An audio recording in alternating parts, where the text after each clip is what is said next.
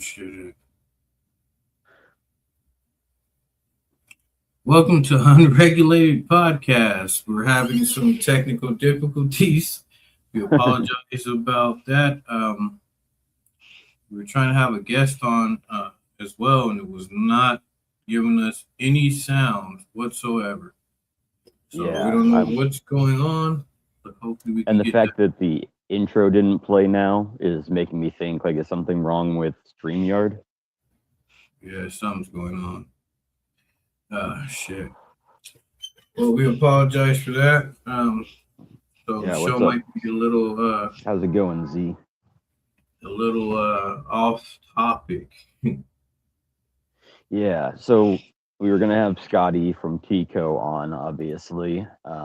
He's having some technical difficulties where we can't hear anything he's saying, and he's gonna try and cancel out his Bluetooth and then try again. So hopefully we'll see him in a minute. What's up, Bean Kurtz? You know, we're having issues with StreamYard. They didn't even play our intro or anything, so I don't know what's going on. But yeah, interesting. Scotty said that it won't let him turn the mic on. So sounds like the plan's gonna have to change. We were going to talk to him about, the new initiatives and legislation that has been put out there.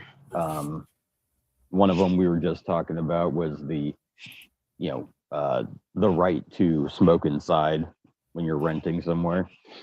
There's also a public smell nuisance bill where they're wanting to be able to use the smell as a legitimate complaint, like, call the cops on you kind of thing, which we are also talking about might not be great for home growers. Like the carbon filter can definitely help, but not everybody does that. And yeah, and then it doesn't always take out all of the smell either. Yeah. But yeah, so it's SB 1725, the nuisance bill that rewrites cannabis enforcement. And you can find this article on azcannabisnews.com under the Kush Chronicles. So let me give it a read for you. Senator J.D. Mesnar, the Republican from Legislative District 13, representing Chandler, Gilbert, and Sun Lakes, introduced SB 1725 alongside its closely linked counterpart, SCR 1048. Supporters described the bill as a response to odor complaints, but the language stretches far beyond common sense neighbor disputes. The proposal expands Arizona's authority to treat marijuana smoke and odor as both a civil and criminal issue, and embeds those changes directly into Arizona's criminal code under Title 13. That will fucking suck. Yeah. No, that sounds awful. Can we hear Scotty this time? Check. Yes, we can. There we go. Success. Hell yeah. What is up, Mr. Scotty? So, you want to give a brief introduction to who you are for those who may not know? Well, I appreciate you guys having me on. Yeah, I had to restart the phone. And I definitely won't want to interrupt the vibe as far as the legislation, but cannabis advocate, been in the cannabis industry a long time, love the plant, been to jail for the plant. So this is the type of thing that matters to me. I am also an Arizona resident, and I own a business that specializes in biology. So go ahead. You guys, I don't want to interrupt, so keep going. TeaCoBioSupply. Right. TeaCoBioSupply is the name of the company. You've probably heard it from myself and Time quite a few times. Mm-hmm. Absolutely. Right. So on the civil side, SB 1725 and SCR 1048 rewrite Arizona's residential nuisance statute, which is ARS 12-991. The bill declares that generating excessive marijuana smoke or odor now counts as a crime. The weird thing is there's nowhere in the bill where they define what excessive marijuana smoke or odor is. So Right. that So leaves you're not it up really to, sure. yeah, Yeah, it leaves it up to whether or not they want to be an asshole. yeah, it leaves it up to Well, interpretation for the judges as well as the cops. Well, two things. The legal term would be ambiguity. It leaves a lot of ambiguity. And that's probably good for the system and the state. But what you guys are basically saying is this is actually ordinance and or legislation that's being considered that would criminalize someone who produced too much marijuana smoke in a public setting. Is that correct? Yes. Not only in a public setting, in your home too. So if Yeah. you live in an apartment, a condo, a trailer park, if you on open land somewhere and you just happen to live in a county that enforces this statute, then you could be in your house smoking and somebody smells it and they're like, "Oh, this is That's how it's written criminal. anyway." They can say that this is criminal. Yeah, well, that's definitely a sign of politicians dividing and conquering with respect to the neighbors, Hmm. because Hmm. which is very typical of legal type, legislation is if we can actually criminalize it and we can give the neighbor, a way to call the state, that actually creates more interaction with the state. Is this a state level piece of legislation? It is. It is. Okay. And has it been newly introduced? And was it introduced by a Republican or a Democrat? It was introduced by I'm gonna guess Republicans. Republican. Yeah, Democrats aren't getting anything through at the House or the Senate. Okay, yeah, so they don't control the chamber. But in Mm. this case, what we have is we have Republicans who say they believe in less government, more freedom, and less interference with the free market of choices and ideas, personal independence and freedom, actually creating legislation to criminalize the byproduct of a plant or a substance that is legal. You see where this goes, you guys. This is the, Yep. you Yeah. know, and with all due respect to those who are in it, they're obviously all getting paid with other people's money to do this. So they really need something to do as creatures in general, if you know what I mean.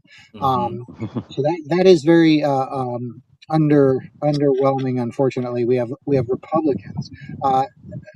God, I don't even know. Is this Yeah. particular Republican is this a city Republican? Meaning, are they from urban centers or are they from rural areas that are introducing this? It doesn't say if he's a rural or urban Republican. Oh well, District 13. Okay, it's just So okay. So Chandler, District 13. Okay, yeah, yeah, Chandler, Gilbert, and Sun Lake. So I mean yeah. that makes sense for that area. Right. Because what's Yeah. happening is more people in the Chandler and those districts are actually getting access and consuming cannabis, and the status quo just can't have such a thing because we actually might even have data that access to cannabis may be beneficial for a Hmm. community. Yeah, and you Yeah. can see this goes to show you when we talk about special interest and law how they can create, in this case, rules and regulation and criminalization through language that creates ambiguity in Hmm. order to divide the two neighbors and conquer them to encourage the state to enter exchange. It's like, man, we need to be more responsible and just not to call on people's neighbors or be good neighbors or it's a Yeah. calling for sure. You guys see it, I'm sure. Yeah, Well, 100%. the most conservative people feel like very empowered right now. So Yeah, like, and then Chandler, Gilbert, and Sun Lakes area is a big Mormon area. So I was even surprised that dispensaries were even allowed in those areas in the first place. And it seems like not only are they trying to introduce a bill to roll back recreation, it seems like they're trying to use other bills to do the same thing. Yeah, basically strangle it through whether it's legislation and or ordinance or criminalization through use, even all the way down to the dispensary having a special license. uh, Yes. you know Lack of yeah. access to financial services. What's interesting too is so let's talk about that because I mentioned to Justin, I've been seeing call it either a diversion or a fork going on, because everything that we're talking about, you guys, right now, the entire framework is based on enterprise, industry, and commercialization. right? It has to do with exchange and sanction and commerce. And there's a whole group of cannabis advocates and consumers out there, even as much as half of the people out there that are consuming or participating in it, that do not actually grow or consume cannabis for commerce, enterprise, industry, or exchange. They grow it for lifestyle. They grow it for freedom. They grow it for culture. They grow it Mhm. for value, right? So, Hmm. in my opinion, it's a way to kind of arbitrage the mechanics and the framework of the legal, commercial, industrial enterprise model, because you notice how they're trying to force us into that, Yeah, right? Hmm. yeah, And kind of it's like they like, did California, like they eh, did Cali. They made all the legacy growers go legal, or they suffer fines and arrests and all these sanctions and things. And then when they did go legal, they ended up getting screwed and had no protections. well, and Hmm. there's also a component of scale there, truth, where it's like how when we're doing it for lifestyle and freedom and sovereignty and health, how much do we really need to have? Right? We don't have as much incentive as they do in the fiat system to produce as much as possible as quickly as possible. We Hmm. actually kind of see the value more through the process. So I think that's something that should be considered in debate, at least, let alone legislation, because there's so many people who see value in cannabis outside of the dispensary, or I'm growing it for a profit and I need to be licensed or regulated. It's like, hey, that's nice and all, but that only represents maybe half of the people that are even into this, if not less. And here's what I would suggest is sort of like a cottage industry type models, smaller enterprise. That is actually where more of the value and creativity is kind of developed, because, they have the ability to kind of stay small and flexible and see what works versus these large entities, these huge licensed, highly leveraged facilities that are all Hmm. producing this product that the price just keeps going lower and lower and lower on. And It's they like, yeah, can't afford to miss a harvest. they can no longer afford the risk of managing even their cost of production, right? Which we've talked about this, where it's like, hey, they basically produce beyond the the the value of their product with respect Hmm. to the cost of production, where it's like, yes, it actually makes them uncompetitive altogether. If you add it all up. But it's like, hey, for people Yeah. like ourselves, we just want to grow a small amount. Obviously, there's cottage industries, there's grow your own, there's sovereignty, but I don't think those people should be regulated the same as somebody who's pumping out 600 thousand pounds a year, if you will. Right. Yeah, Absolutely. again, because of scale, they really can't be regulated the same. You know what I mean? It's cool to have them held to a certain compliance. That's fine, but Yeah, like the testing, yeah, keep the testing in place. testing, the packaging, the labeling, the COAs, that's cool. I think everybody should do that if they're going to only if they're going to be selling a product. But if you're just growing a product for yourself to consume and maybe you give some to your buddies or something like that, then you shouldn't be held to those same regulations. You know what I mean? I think it'd be cool for you to still have your shit tested just to say you have it tested.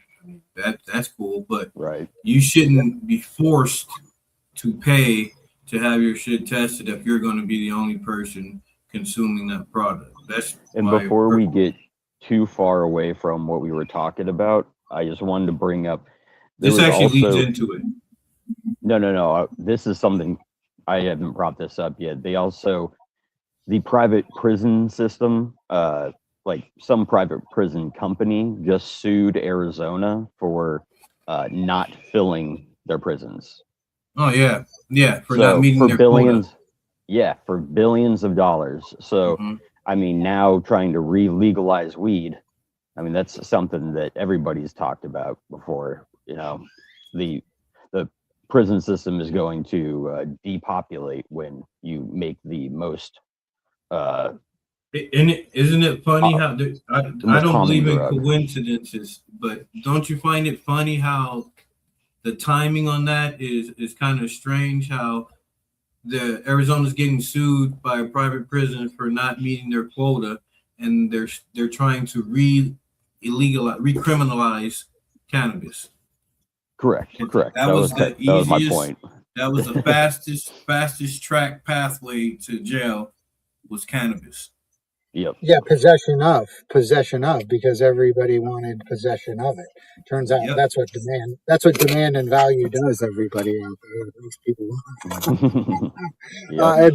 And to that point, Justin, I'm willing to bet you guys the suit itself, and I could be wrong. I mean, we'd have to look a little closer, but the suit itself could actually be for breach of contract, right? Where the government actually signed a deal guaranteeing a certain amount of revenue, and whoever either did that deal or commissioned that deal has a huge incentive to try to capture at least that money, right? I'm not going to suggest that they're trying to encourage more people to get arrested, but at the very least, you guys, they think they're entitled to the money that the government guaranteed Yeah. them. And so they're like looking at the system, and it's like it smells like Epstein, and it's like that's the point is they're all muddy. They all have Right. to be muddy because if they weren't, they would actually out each other, which is what they're telling you to do to your neighbor after they blow smoke, in your window. Yep. Okay, so it looks More like pitting the against suit. each other. Looks like the suit was from back in 2010, and Yep. it says. Yep. Here's a quote: "We don't care if people aren't breaking the law. Fill up our prison with inmates, or we'll sue you." That's a quote. Right. So really, what Man. that suit really is derived on law and legal and contract, which means that the government official who signed off on that, you guys, basically, Contractual quota. yeah, Contractual quota stipulated in their agreement. for sure. Yeah. And well, here's something that we can, and this is important because what we really want here, you guys, is transparency and the right for us to audit. Because let's face it, government employees and government systems are kind of incentivized to protect corruption, And we right? want legal action against those that are found guilty. And that's like the weird point we're at right now with like all the Epstein files and all this shit dropping. It's like you almost get the vibe nothing's going to happen. Well, the idea is that Justin, they if something happened, they all have to admit guilt. Right. And it's because whether it's the judge or the district attorney or the clerks or the guards or the special interest or even the linen company, right? Because they all are muddy. And that's really this is how entitlement ends up becoming like, so perverse, because these people think they're entitled to it, that they can get it signed by a government employee in contractual law to guarantee it, versus back in the day it was probably a handshake, right? Yep. And I think and this is kind of the point, a secret handshake. For sure, and nobody's discounting what it was. We're talking about the future. So here's my rub, all right, which is we know what 100 years of prohibition of the plant does look like.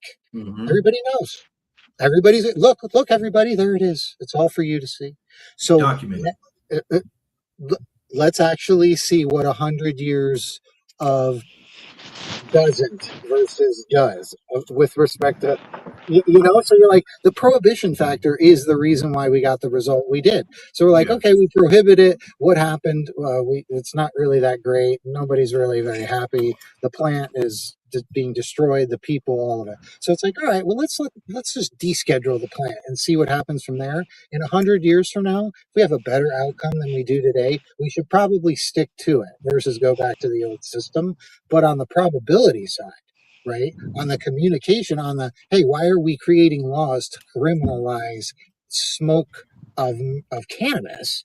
You're like, you guys, this is actually not the way that you do this. And it's like, yeah, and those who are kind of trying to it's sort of spearhead that with other people's money while they espouse freedom and rights for everybody.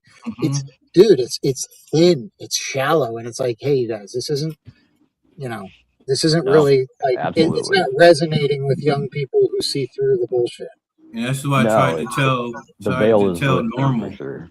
I tried to tell that to normal too, because they're like, oh no, everyone's saying that there's no appetite for micro licenses or more cannabis on the market. And I'm like, who said that? Right. Who said that? Who are these people? And if you're Oh, the talking people who are about currently in charge. if you're talking about the senators and the representatives and stuff like that, those aren't the people who you should be worried about. You should be No. worried about the constituents, the communities, the actual people. Like I would I even don't go. know. I would go further. I would say worry about the consumer. Isn't it the Exactly. consumer economy? Isn't So it that's violence? the Yeah, word I used. That's yeah. the word I used was consumer. And the funny thing is, they're like, well, would you rather have it? This may get us in the door, or wait 90 years for them to open up more licenses. I was like, this way is going to have us wait 90 years too, because it says in the bill that we have to allow AZDHS to do their audit to see if there's a need for more licenses, which AZDHS every time says no, there's no need for more licenses. So why would we waste time beating the same horse? Why won't we try to do something like we tried to do with the micro license? Why don't we try to open up a different lane with people who are already somewhat established, allow them an opportunity to build not only a brand, but build a community of like-minded people who have quality meds that are tested and that are good, that are actually medicated, not a whole bunch of repetitive renamed strains that are being fought for shelf space. Like that makes no sense. And that producer's bill doesn't it doesn't address the fact that even if they do give these old producers licenses, it doesn't address the fact that where are they going to sell the product? The dispensaries still aren't going to let you on their shelves. So where are these new licensees going to sell their product? They didn't address that either. But you know what did No. address that? The micro license bill. It addressed it. It Yep. created retail licenses for micro licensees that would allow them to sell their product. It also created a farmer's market that allowed micro licensees to go from farm to table to customer. Yeah, there's no appetite for that. That sounds like an awful idea. It sounds horrible. A couple of things about that. I want you guys to realize. One, I helped open a dispensary in New Mexico. At the beginning of their process, it took us less than 90 days. It took us like 10 weeks. What? Okay, and it cost us like $8,500. What? All right. Yep. And here's the thing: is what I would also suggest in New Mexico, because it's a good representation of what a free market looks like. There are still big operators there, and those operators tend to try to consolidate through retail storefront type environments, right? Mhm. Versus through production. But let me tell you, the consumption lounge, the living soil, the high end concentrates, the solventless mixes, bro, the best are coming via New Mexico. And the reason why is because Okay. there's so many people doing it as their craft and as their love.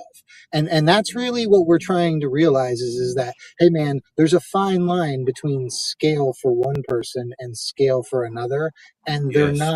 they're not linear, right? Yeah. That's just not the way this works. Everything is in curves and squigglies. Yeah, and Yeah. For lack the of a thing better that the thing we were told would be the main pushback is they would see it as competition, and how we looked at it as a good friend of mine, Keeley, brought it up to us. It's not competition. They can use it as a talent pool. There's always that person, that cultivator whose dream it is not to own their own brand, but to work for a big corporation. That's a lot of cultivators' dreams, is to work for a big corporation. So that would give them the opportunity to use the people who have shown proven data that they can operate a business, that they can operate a cultivation, that they know what they're doing, then you can pull them and say, hey, would you like to work? Let's say, would you like to work for Growth Sciences? You've shown we like what you've proven. We like your product. We like what you can do. Would you like to come work Growth Science? Or hey, would you like to come over to work for Mr. Honey? Or hey, would you like to come over to work for Wizard Trees? You know what I mean? Instead of looking at it as a competition, they can look at it as, all right, we can get a big data pool without even having to pay into it. We don't have to hire somebody and hope they can do what they say they can do. We can watch them and see how good they can do it. And if they can do what they actually say they can do and they want to come over to us, hey, let's get them. You know what I mean? Yeah. Well, it's a couple things there, which is it goes to show you that their current approach is like squeezing too hard, right? Mm-hmm. They're trying to keep it all because they are so fearful of the loss of some. And Yes. and look at the difference between that mindset and where they're coming from versus, hey, if you guys actually apply this model, you can get and encourage more participation, and you can pull the best talent from that environment. And dude, it's, you see, it's so obvious the difference. And here's, Man. I think, the most important part, you guys, is, and this is just human nature in life, for better or worse, right? Is people like to close the door Mm-hmm. on their way. You know how it works. So basically, it's like, well, how do we remove that mindset from people who have worked really hard, that may have, started earlier, gotten in? It's like, you grow the market. You Yeah. literally do everything you can at that point to grow access and opportunity to your markets. You're the salesperson. Why are you just sitting in one city trying to sell just to a small group of people when you should be out there amongst the world trying to sell to everybody? You see the difference in the mindset. You're like, oh yeah, they don't look at it from that perspective. They kind of look at it, at least psychologically, from the fear of loss for versus the growth of opportunity, or the opportunity for growth. Mm-hmm. Yeah, I was gonna say they seem to like they can't lose any money for some reason. Like it's such an expensive industry to be in, and these places have to operate at huge scales to be able to compete, let alone stay afloat. And it's just such a bad model. It is. And Justin, I want to highlight something that it's what happens when legislation actually comes into play more than performance, cost of goods, and value. Is if Arizona really, really was allowed to just grow, and Colorado was the same. They forced everybody into the warehouse environment, and that was great for guys like me who sold picks and shovels, right? Mm-hmm. Who lighting and fans and all that shit. But at the end of the day, if it was just like, hey, anybody can grow it anywhere, about 10% of the market would probably be indoor cultivation with respect to flower production.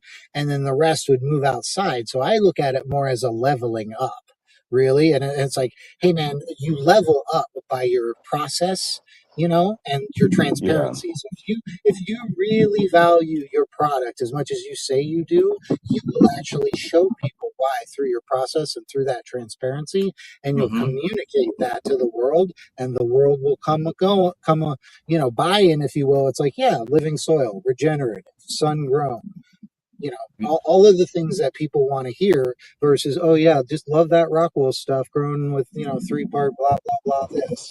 Yeah, and it brings back, when you bring back quality cannabis, it brings back the saying that good cannabis sells itself. Right now, people are having such a problem selling the cannabis because it's not quality cannabis.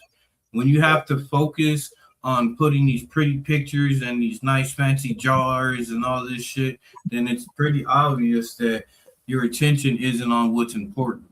What's important is that final end product, and not what that product is in. I remember back in the day getting an ounce in a fucking brown paper bag that smoked 100 times better than what I get in dispensaries today. And that's sad because I'm a medical patient. Yeah. Well, and also too is can you actually grow in your particular environment enough medicine to suit your needs? And if you cannot, can you find a farmer with your values and principles that No. can do it for you? The And answer that, for me is no. You know why the answer for me is no? There's a few reasons.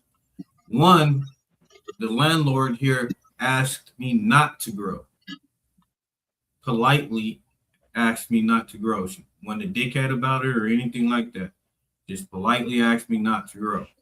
Two, I can't get a caregiver because I live literally right next to a dispensary. There's a dispensary right there that I would never shop at. Yeah, that dispensary is essentially taking away your right to get what you actually Yes. view as medicine. yeah. Yes. And well, not only that is they're mandated taking away that opportunity, that right, and that access, and then saying, by the way, we'll mandate you to go to this dispensary and pay a certain price. That is so un-American, you guys. Yeah. And then look, and then not only that, how it is here right now, it's when they get it from the cultivation, they're like, all right, for that pound, we'll give you $600. And then the cultivation gets stuck with, because all the dispensaries, all the MSOs are working together, the cultivation gets stuck with either taking that $600 or taking less or not selling anything whatsoever, you know? Right. And then not only do they want the flour for that 600, but they want that marketing material as well for that $600 a pound. And then they're going to go around and turn around, and the dispensary is going to sell that $600 pound at $55 an eighth plus tax. On BOGO though. You know what I mean? So it's kind of crazy. It's Yeah, crazy. Go ahead. I was going to say, I have an experience. My wife went to a Nirvana recently, and she bought 2 grams of concentrate for $35. And you know, you could get that 2 grams of concentrate in Colorado for about 15. Yeah, like Okay. I used to go to Oregon quite a bit because I used to visit this farm quite a bit. But me and my wife went out there, and we got some really good rosin for $10 a gram. We got some really good BHO for $5 a gram, and some really good flour, not at a dispensary, from a home grower, for literally it was like $200 for 3 ounces, and it was Nice. fucking phenomenal. Yep.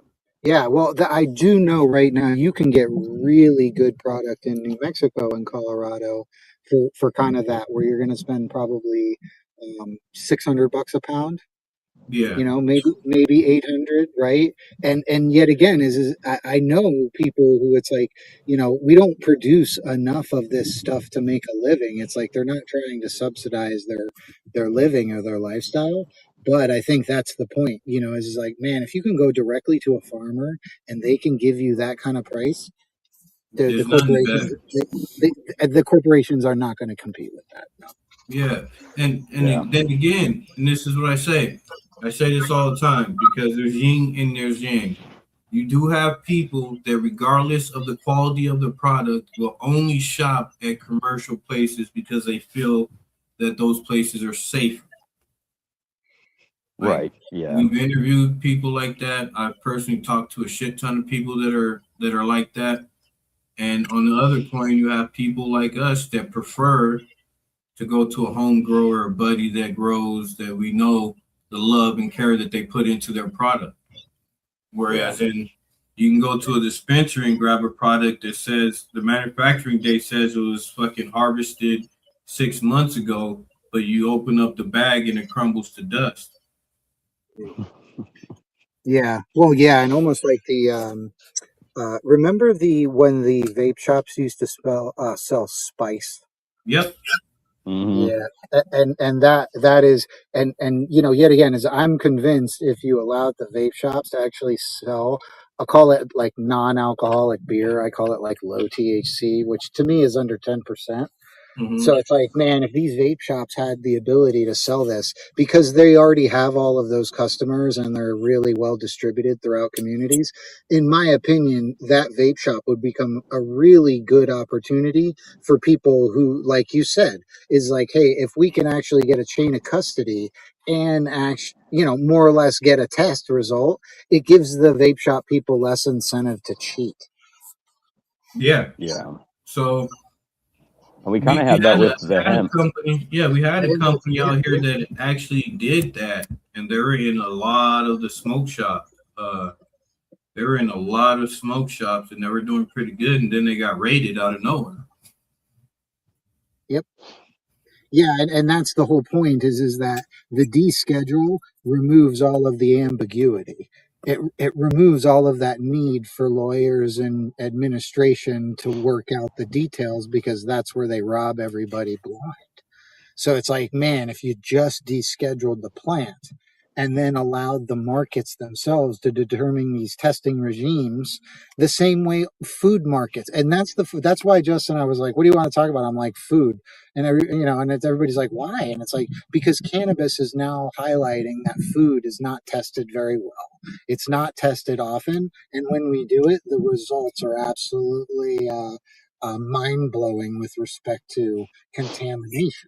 Oh yeah, Right. yeah. So as a former restaurant owner and a former chef, I can 100% attest to the horrors you see in food. It is absolutely disgusting, and it's horrible what's allowed, what passes as quality control in the food industry is fucking horrendous. It's sick. Well, and think of the candy thing, you guys. Remember the story that just came out recently, and then all the glyphosate. And it's like, trust me, with these people, nobody would care about any of this if it wasn't for cannabis 10 or 15 years ago, testing for things that, even at the time, the purpose was to keep it down. Right. But that's really what they don't understand. It's like, bro, you're not going to keep this plant down. It's going to level you up. That's the mindset. Stop trying to keep it down and start trying to get you to level you up. And it's like, well, what does that mean? It's like, it means that the leveling up process becomes a standard or a benchmark of perhaps like, what cannabis should actually look like in a free market medical system. And Yes. because that's not what we're getting right now. We're not getting it's like literally shit on a stick and everybody's got to pay a premium. And it's like, bro, this is not the way this industry works. You're paying 100% markup for a subpar product. I don't care how big of a connoisseur you claim to be, how much you say you can smell fucking molds or anything like that. I can 100% guarantee you your favorite brand has sold you some fucking weed that had mold and pests and other shit, and I can 100% guarantee you that. Yeah. So, well, do you know that like when 50 Cent comes out and he's like, it's water. If it's sold on an airline, it's a different price than in an airport, and it's a different price here or there. So that tells you everything you need to know. It's like, dude, let the market decide not only how much it's worth, but to the people who are participating in the market itself. But to suggest that a bottle of water in an airport is the same as in an airplane or in a whatever, that's the point we're trying to make with deschedule, where it's like, if we just descheduled it, you would remove all of that collateral damage of regulation, ordinances, state intrusion, licensing. It'd be like, yeah, you'd remove all of that from its original concept, which is to slow it down. And then all of it would come back in to fill the vacuum to provide a good or a service of value to the consumer who wants to participate in that market. And it's like all the way down to the packaging or even, the marketing. And it's like, yeah, that's kind of the point is we really do know that good cannabis sells itself. Exactly. Right? And it's like, okay, well, what does that mean? It's like, it means how much of the market does good cannabis actually take up? Because to suggest that the market is 100% good cannabis that's a stretch, bro. That's a big stretch. That's beyond a stretch. Yeah. Shit. Right. Like, So that's the point. You're like, well, how much of it is actually bad? It's like maybe as much as 30%. And, Yeah. and you're like 30% market share and it's bad? And it's like, yeah, that's kind of the way this is working. yeah, Yeah, a buddy of mine just got some BHO butter from the dispo, and I forget what it was called, electric something, and it tasted awful. Like it tasted purely like sulfur and cardboard. yeah. And I was like, he was mad. I was like, I'm sorry, bud, that I'm gonna sucks. tell you, Tom. That's why I stopped consuming BHO was because of that.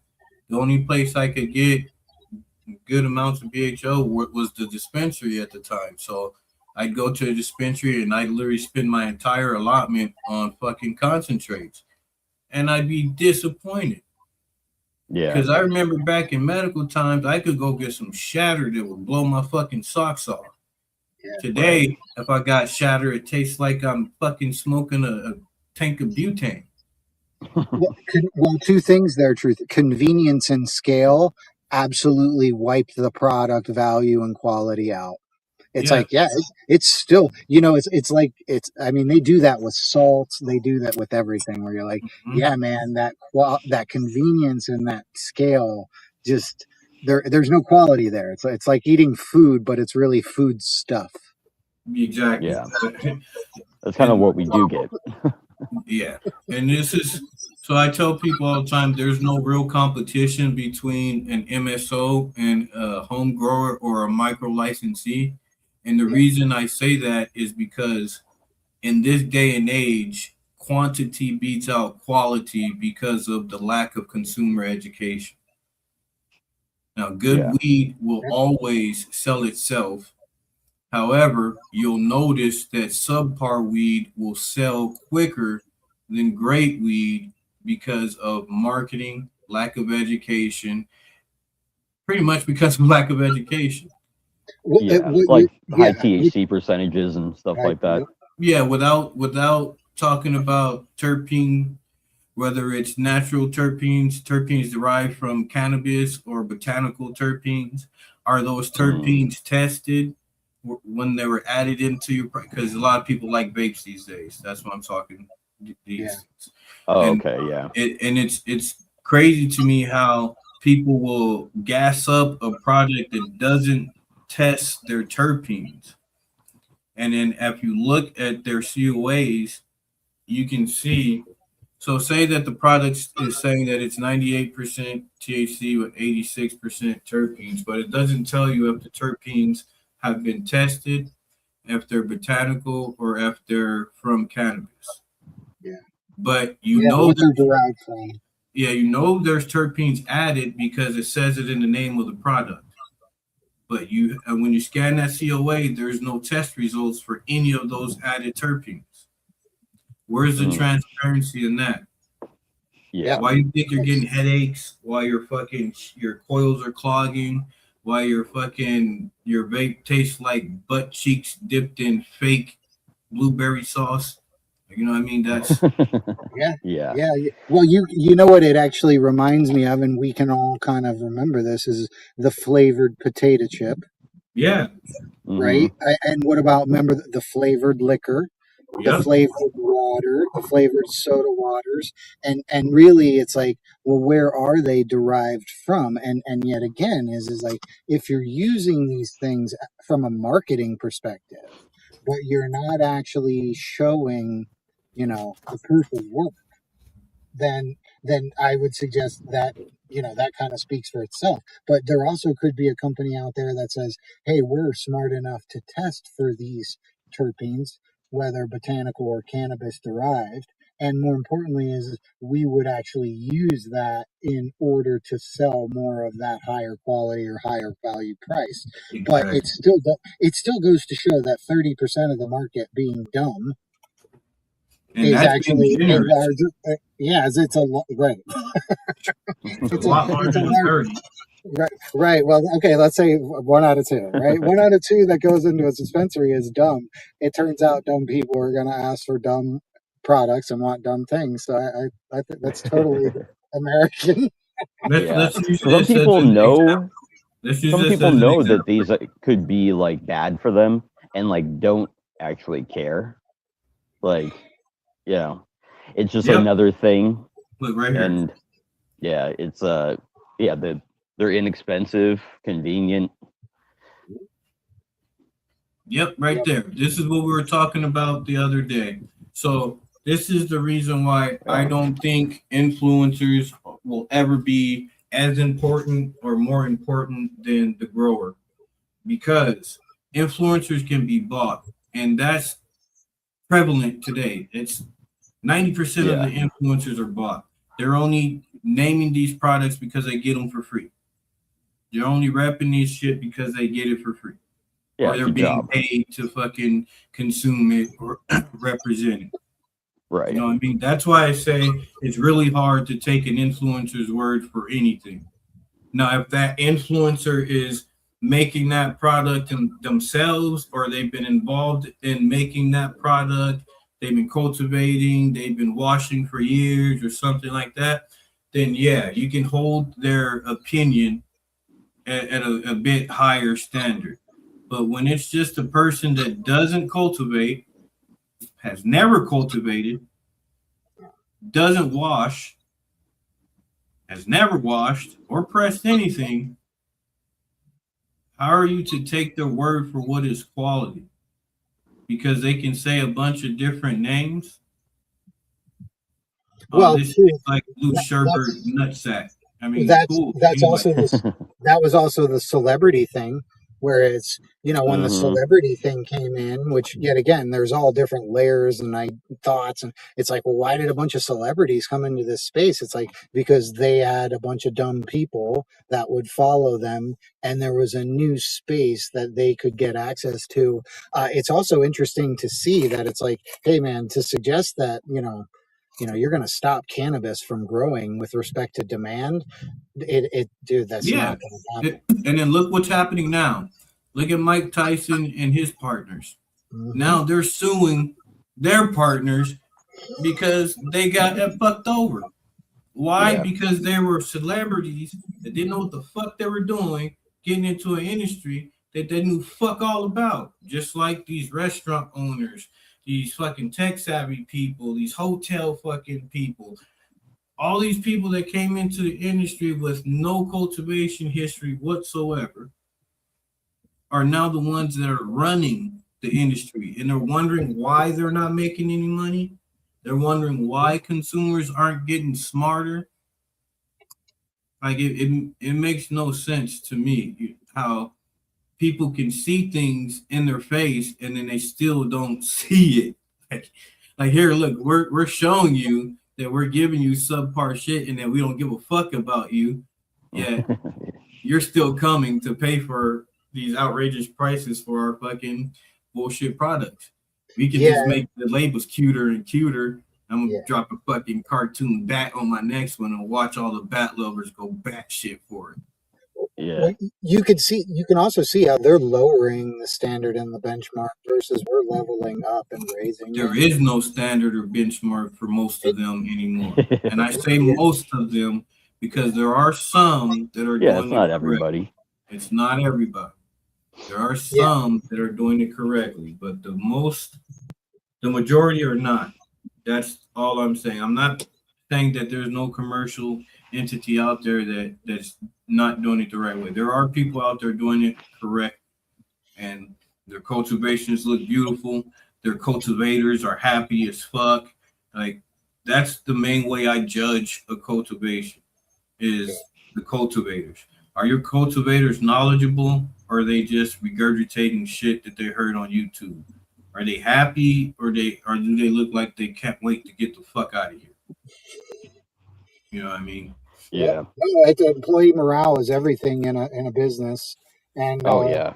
yeah, I think overall, I mean, what you're saying is spot on with respect to, I think young people in general and people who are kind of coming of age, they realize that, the world is kind of fake, meaning most of the systems that are advocating what they are. So I They think say anyway, it's also gay. I wasn't going to say that, but you absolutely can, Justin. Oh, what happened? What's gay? No, What? fake. The whole like fake and gay thing. Yes, yes, No. yeah, Yeah, yeah. It's like, and yeah, the idea is, it's, you know what it just comes down to, I think, is um value, which is, that's why we're so passionate about the plant. It's like, hey, even if we're not making a bunch of money because the government won't let us, or there's a bunch of people trying to keep us from doing that, we still actually participate in the plant, the culture, the people consume it. You probably ask yourself the same question of these people, I guarantee you. It's like, man, you pull the fiat money mindset and perhaps the power and the greed and the envy out of it, it's like, bro, these people would scatter. They yeah, don't look at it from a cultural point of view. And that's why we're truly like, plant is about a community, because it brings smaller groups of people together locally everywhere, and the scale is actually everybody doing it. Hmm. Yeah, Yeah. you hmm can see that in Arizona cannabis history, just from medical to our recreational now, how many brands have come and gone, how many brands have come and sold out, original owners nowhere to be seen. You know what I mean? There's so many brands that came with that 5 year mindset. I'm gonna get rich in 5 years with this plant, and I'm gonna sell my shit off, and then I got my generational wealth. I don't give a fuck. You know what I mean? Now we're seeing people who have that same mindset, but they're not doing research on what the Arizona cannabis market is. If you look at who was the Jungle Boys when they tried to come out here, that's a reputable brand that lots of people love, but they came out in Arizona thinking that because they're popular everywhere else that they're going to be able to do the same thing here. They found out real quick it doesn't work like that. You got to do a yeah, lot of research on who you're doing business with in Arizona. You got to see what the market is like. If you can handle that shit, just because you're a reputable brand somewhere else doesn't mean that it's going to work out for you here in Arizona. We got a yeah, bunch of weird ass backdoor shit going on in our cannabis industry that makes it hard for people who are trying to do it the right way. yeah.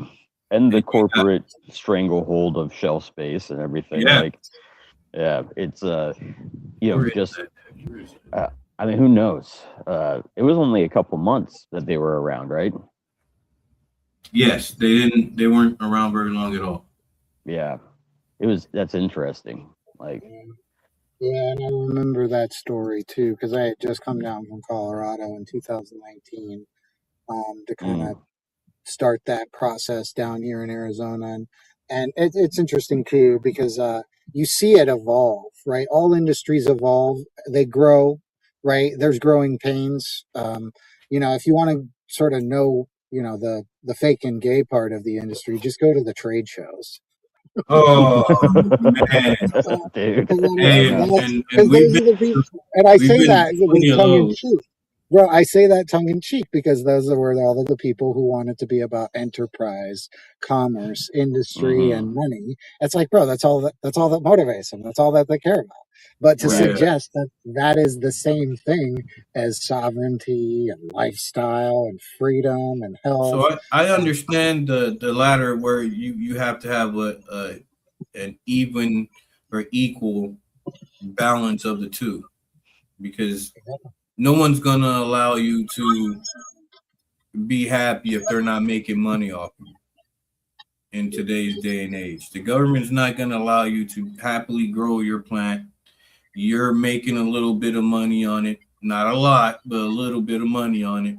There's no way they're gonna allow that without you being taxed and all kind of different shit to where they can siphon money out of which hmm comes down to freedom and self you. Yeah. sovereignty, and also too, you guys, it's like, hey, at the end of the day, that transparency factor, the fact that we're not trying to, backdoor or audit, the books or cook the books or whatever, or cross state lines. It's like, bro, we don't do it for that reason. We like do it to make sure that people have it when they need it that are around us. and Right. and yet again, it's just a completely different incentive structure. And I find that, to me, based on my experience for as long as I've been in this, which is, starting out as a caregiver in 2000 in Colorado, which is at the end of the day, the value and the demand is what drives the growth. And it's like, hey, when the people who get access to it get access to that health, that sovereignty, that lifestyle, that, even the safety, right? The Mhm. efficacy, the medical, it's like people really do gravitate to this stuff versus, selling basically cereal box kits or toys or Monopoly and McDonald's games from and that's what I'm saying. I love those guys too, but they're marketing people. And it's like, yeah, Exactly. That's my point exactly right there. Yeah. You hit it. Those, and it's crazy that that's what people gravitate to.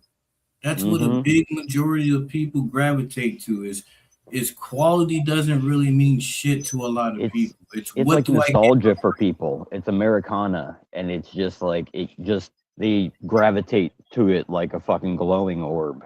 it's annoying as hell to me personally because I always thought cannabis would be and would stay a quality over quantity type thing because who the fuck wants to consume subpar medicine? Like well, why? the same people who consume subpar eggs or subpar milk or subpar bread or subpar chips. You see how it's all connected? Don't Yeah, say bread around True. He just ate yeah. some moldy Please, bread the other day. please don't. Yeah. Well, Oh my. wars are started over bread, right? True. Oh man, it was a war between me, the toilet, and everything else. Oh my. Yep. Yeah, and that's a good point. Is think about the outcome there. It's like, yeah, now all of a sudden you have a whole group of people that are learning what not to eat because of Mhm. the way that it makes them feel. Yeah, when I Yeah. was young, I didn't give one shit. You put it in front of me, I'm gonna fucking eat it. Now, oh man, I'm so picky now that it annoys the hell out of my wife. Like, that's why I eat at home 98% of the time is because I have such a sensitive stomach and digestive system that it makes no sense for me to play Russian roulette with my body. It's just good to know that like you know exactly how it was prepared. You Yeah. know, you were looking at it the whole time. You didn't just fucking have it wrapped in a piece of plastic and took a big bite out of it without looking at anything. Mhm. Did we lose Scotty? Oh, yeah, he might have Looks like he froze. I might have froze lost up. Scotty. But I wanted to go over a couple of the ones that had no motion. Okay. Uh, you got HB 2081, which is the for adding different terminal illnesses to the medical marijuana initiative. Is it the Um, one for autism? yeah, it was one for autism, PTSD as a standalone Oh yeah. illness, things like that. It was sponsored by Senator Bliss. It got no movement. It went to the House first read on the 12th of January. Second read was the next day. It was assigned to the House Health and Human Services Committee. It Are says, you hearing that dog? yeah, All right, I'm gonna go inside. I'll be right back. it says the proposal titled Ryan's Law would update Arizona medical marijuana statute by clarifying definitions and expanding protection for qualifying patients, particularly those with terminal illnesses. The measure would maintain existing possession and cultivation limits for patients and caregivers, refine eligibility standards for caregivers and dispensary agents, and reaffirm restrictions related to prior violent or serious felony convictions. It would also require licensed healthcare facilities to allow terminally ill patients to use medical marijuana in designated areas, prohibit smoking or vaping, include marijuana use in medical records, and permit reasonable storage and safety restrictions unless compliance would jeopardize federal funding or licensing. Other other facilities could still adopt reasonable limits on use, but could not unreasonably deny access. The changes would take effect only with approval by a three-fourths vote of each chamber of legislature, which of course I don't think is going to fucking happen whatsoever. It's too bad. But yeah, next one was the landlord's tenant marijuana use. That one I really liked because it would prohibit landlords and housing management companies from terminating leases because people smoke cannabis. Yeah. Yeah, I hope that one gets some traction for sure. But I don't know. I feel like it all is going to boil down to capital. Like they're going to say that the smoke is damaging to the place they're renting or something. Yeah. Next one was HB 2801, marijuana convictions, misdemeanors, fines, and assessments. The legislation would expand and clarify Arizona's marijuana expungement law, allowing individuals with certain low-level marijuana offenses committed before November 30th, 2020, to petition courts to erase their criminal records. Eligible offenses include limited possession, small-scale home cultivation, and marijuana convictions, and marijuana paraphernalia. I don't know why I keep doing that. Courts would notify prosecutors, hold hearings if needed, and grant expungement unless prosecutors prove ineligibility. Approved petitions would vacate convictions, seal records, restore civil rights, and prevent expunged offenses from being used in future prosecutions. With the measure taking effect, only after 3/4 of lawmakers in each chamber approved it. I mean, I don't see how that would hurt either side. That's a good fucking bill right there. Yeah. Yeah, no, that seems like very positive. I honestly, I thought maybe this was already taken care of. Nope. Man.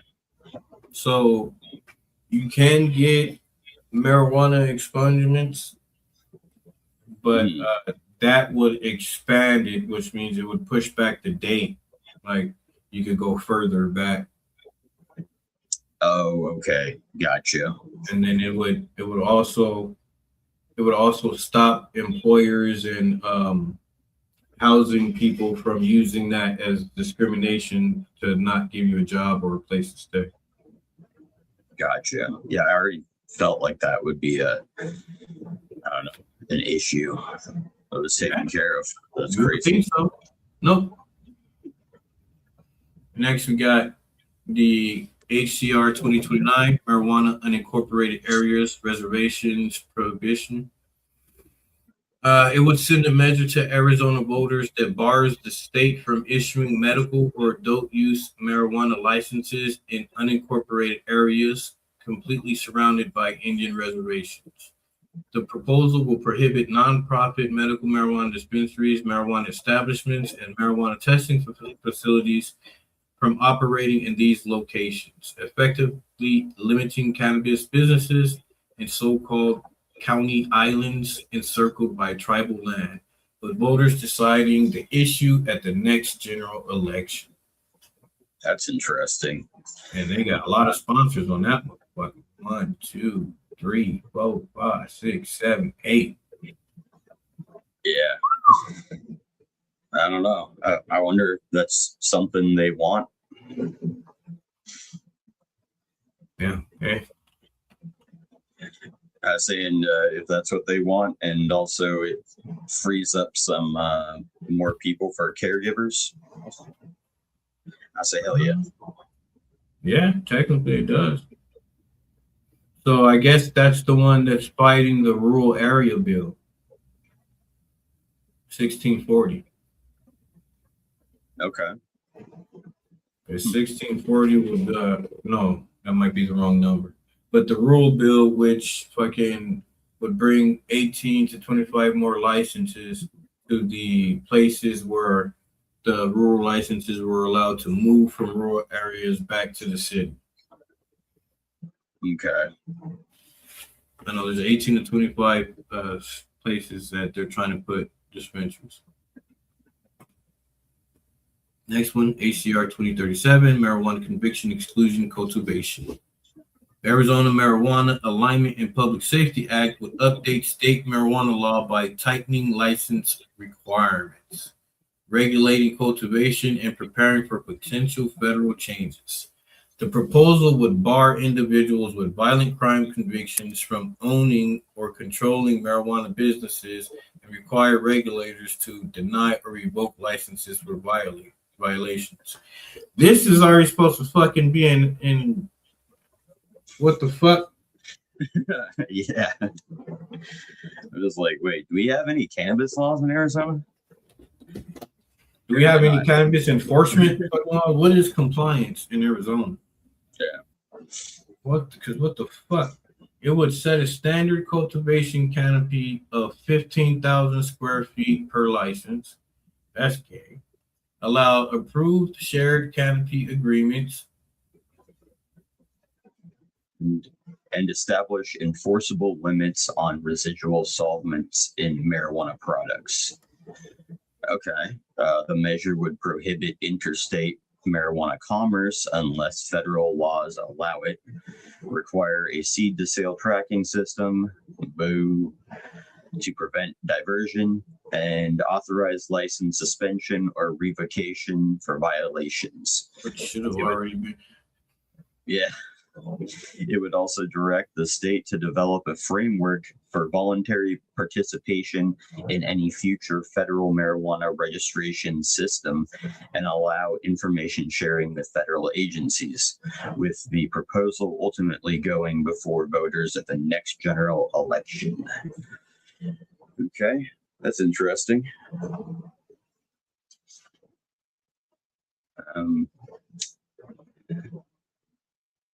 So 15,000 square feet per license. Is that there's not currently a cap?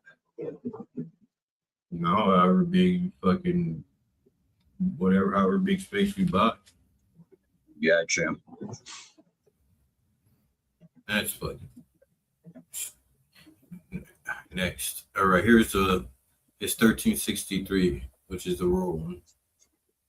And it's 18 new dual license permits for communities with fewer than 50,000 residents that sit at least 25 miles from the nearest existing dispensary. The Department of Health Services will grant these licenses to the first qualified applicants who submit time-stamped electronic filings using a random drawing only to break a tie. Although the bill expands the market, it preserves local authority by allowing cities and counties to opt out of the program through a formal resolution. Once they secure a license, business owners must launch their retail sites within 18 months and maintain at least 24 hours of operation per week. So we'll call this one the Caregiver Killer Initiative. Yeah. Call another bullshit bill by bullshit people. And here's 1640 qualifying illnesses. This is the one right here that would add all those conditions. You want to give it a read? Updates to Arizona law affecting naturopathic medicine and the medical marijuana program. It clarifies that naturopathic, is that naturopathic? Naturopathic, okay. Naturopathic medicine may only be practiced by a doctor licensed under Title 32. Under Title 36, the bill expands qualifying medical marijuana conditions to include PTSD, autism spectrum disorder, when diagnosed by an ND, DO, or licensed psychologist, and certain gynecological conditions. It caps patient application fees at $25 and exempts honorably discharged U.S. veterans. Honorably discharged is interesting. That makes sense to me.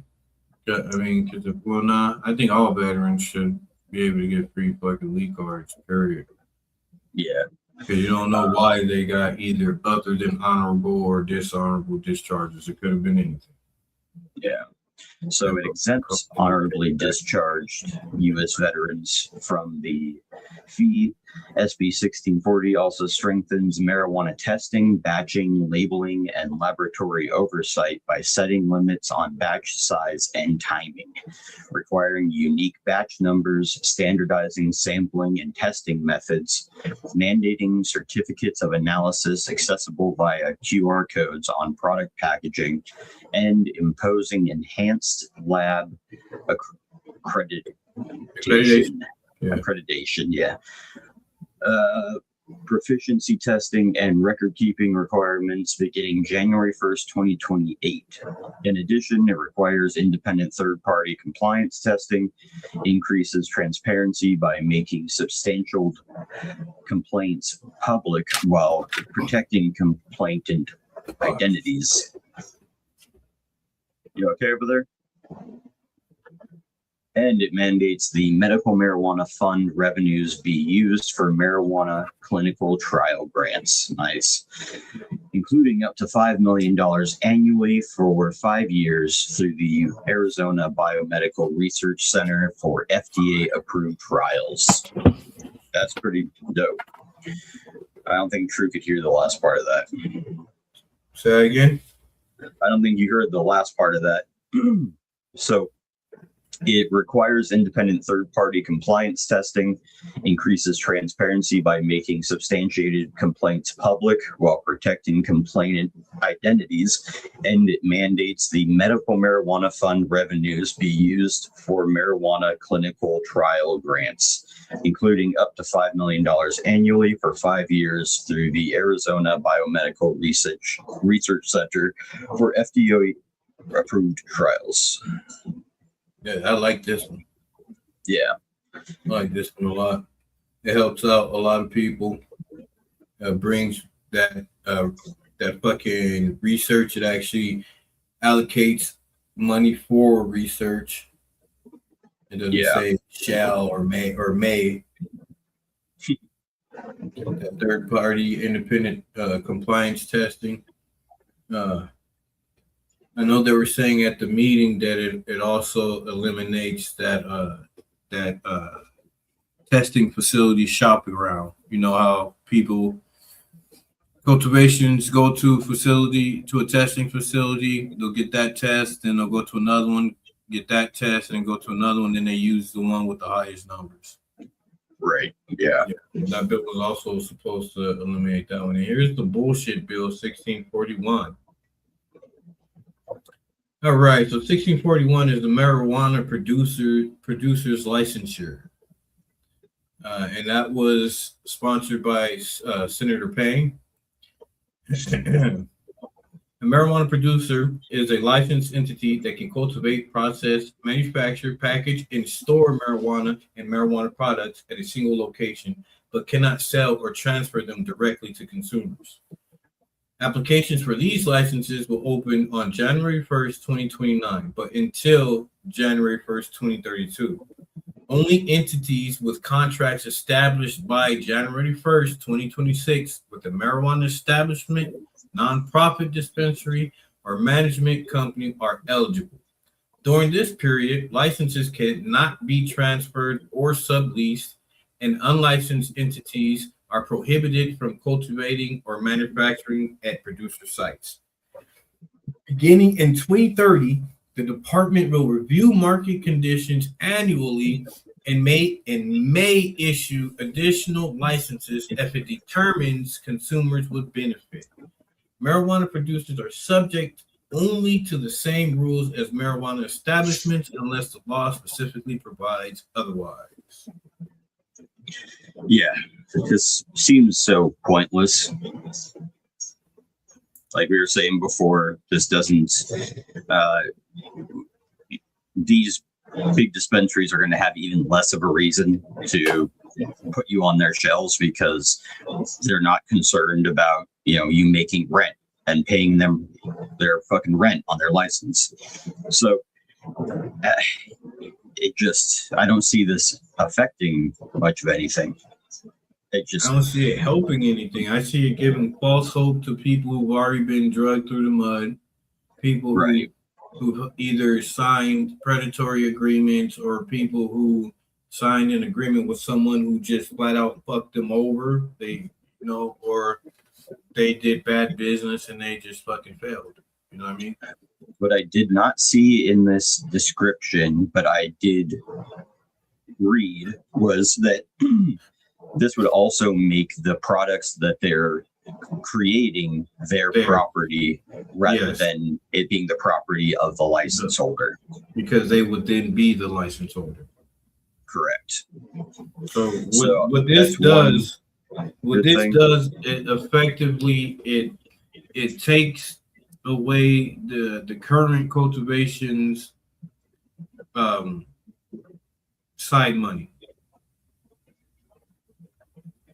So kind of. So because nobody would want to rent a license if they can own their own license.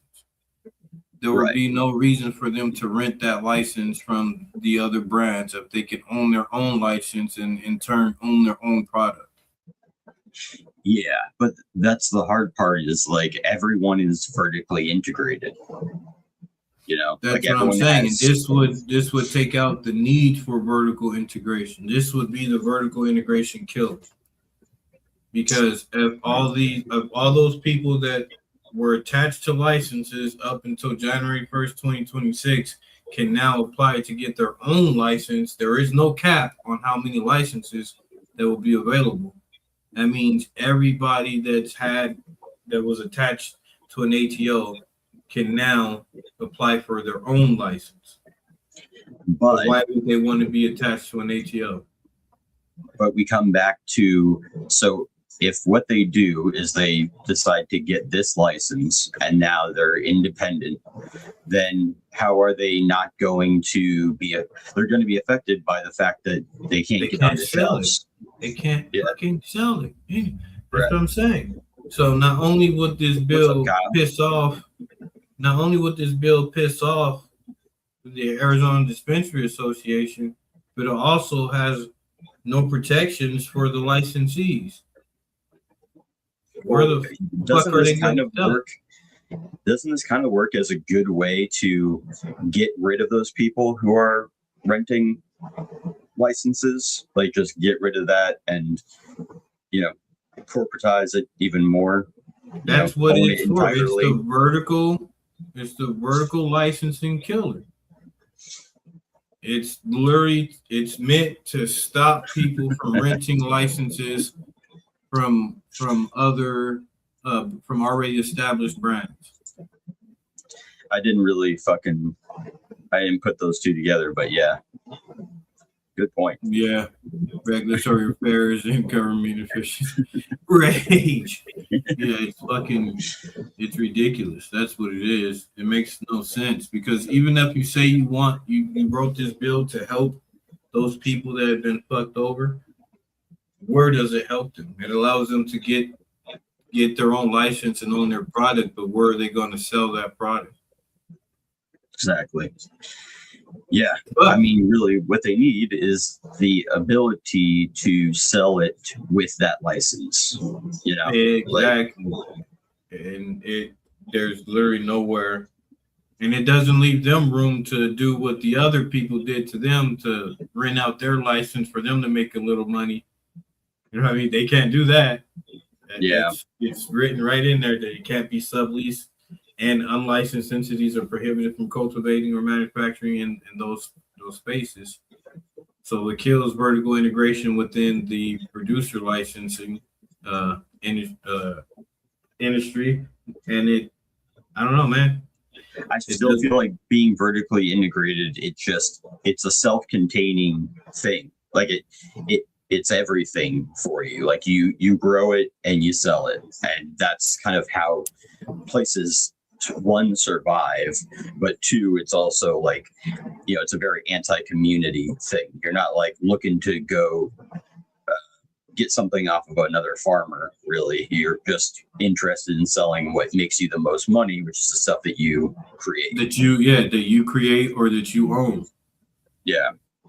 Yeah. I don't agree with vertical integration. There are parts of it that are okay because it helps the company stay afloat.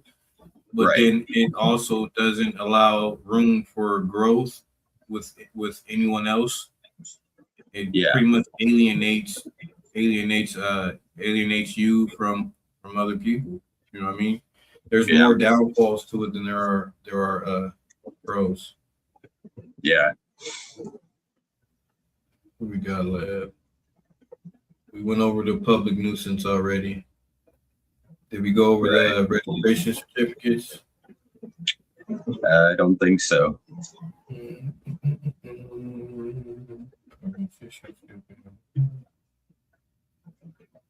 Want me to read that one? We kind of already went over it. It's just, go ahead. The measure adds a new section allowing a marijuana establishment that is in good standing with the department and not already a dual licensee to apply for a nonprofit medical marijuana dispensary registration certificate. Once qualified, applicant submits a complete application and fee. The department must issue the certificate accepting applications starting August 1st, 2026, and issuing certificates before October 1st, 2026. Any establishment that receives the certificate becomes a dual licensee and may dispense only to registered qualifying patients and designated caregivers, and only from the same retail location where it sells adult use marijuana, while being prohibited from operating any additional off-site cultivation or manufacturing locations. The measure incorporates definitions from 362850, requires a 3/4 vote, and is declared an emergency measure operative immediately if enacted. So that's interesting. Mm-hmm. Is this attached to those new licenses they were talking about? Yeah, pretty much. Okay. I was going to say, because it's almost like that sounds kind of like what we're talking about. Like, yeah, you're able to produce. So basically, you got some dispensaries in areas that are only licensed as recreational dispensaries, and they can't get a dual license to sell both products. I see. Okay. All right. I mean, I guess that is also positive, being able to carry stuff for medical patients. It's the same product. There's no different product. There's no product specifically designated for medical patients. I thought RSO can only be getting or bought by medical patients. Because I get that shit on recreational all the time. I thought it was like, because it's like 1,000 milligrams or something. It's a gram. Yeah, right. Well, it's a concentrate. You can dab it. Yeah. It's a gram. You can get up to 5 of those under recreation. Yeah, I was thinking of it as an edible, and like we have our milligram cap for recreational. But you just said it was a concentrate. Exactly. No, I'm being sarcastic. Yeah, you know what I mean. So they don't have definitions for things, but they want to set regulations for things they don't have definitions. 1 second. All right, and the next one up we got is public benefits fraud remedies. This is another good one. 1047. It might sound familiar to you because they tried to do it last year, but a little different. So last year, what we tried to do is we tried to get the social equity license winners their licenses back. That failed and fell flat on its face. So this year they brought it back, but amended. And it reads as a legislature referendum proposing comprehensive anti-fraud measures across multiple areas of state law. The resolution establishes an Attorney General Marijuana Enforcement Fund to investigate and prosecute fraud in marijuana licensing, enforce the social equity ownership program, support re-entry programs, and provide grants to communities historically impacted by marijuana enforcement. It creates a receivership process allowing the Attorney General to take control of marijuana establishment licenses obtained under the Social Equity Ownership Program when fraud or predatory agreements are involved, with strict qualifications for appointed receivers and mechanisms for restoring licenses to original qualifying owners. The measure also introduces personal liability for elected and appointed officials who knowingly direct public funds to individuals who are not U.S. citizens or lawful permanent residents. I don't know what the fuck that's about, but shipping them to immunity and prohibiting government reimbursement of any resulting judgments or legal fees.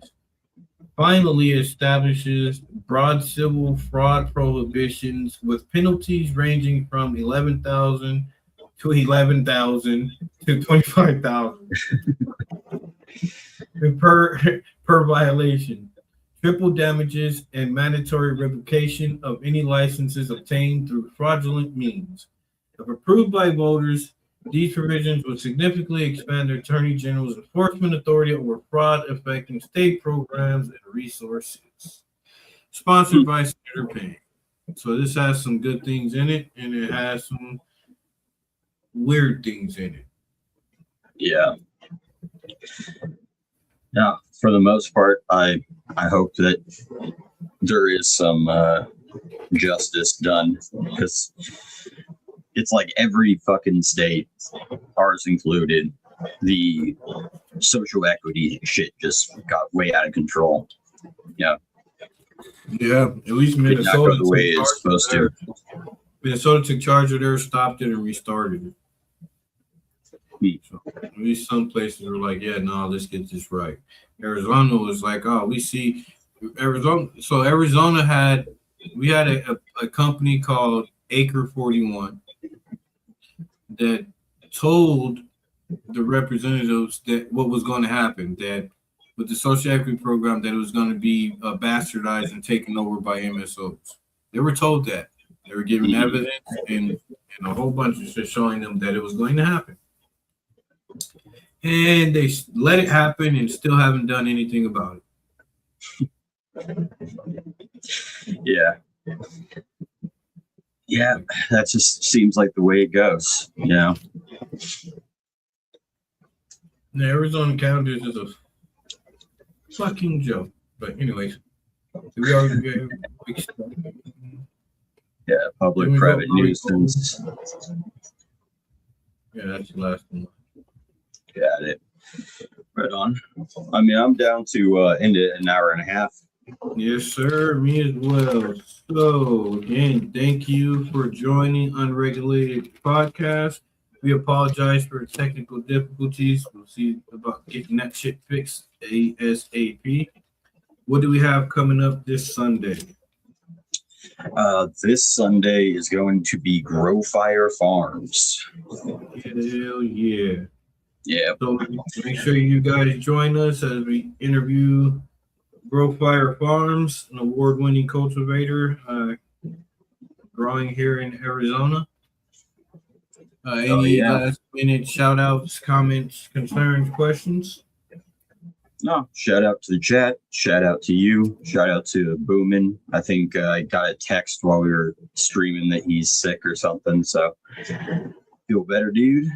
Yeah, feel better, bro. I know how that is. I've been dealing with that shit. Wait, man, you've been sick since the holidays. Man, it's fucking horrible. It's crazy. All right, shout out chat. Shout out everybody who sat there and listened to us blab for an hour and a half. Shout out Scotty for jumping in when you could. Yes, shout out Scotty.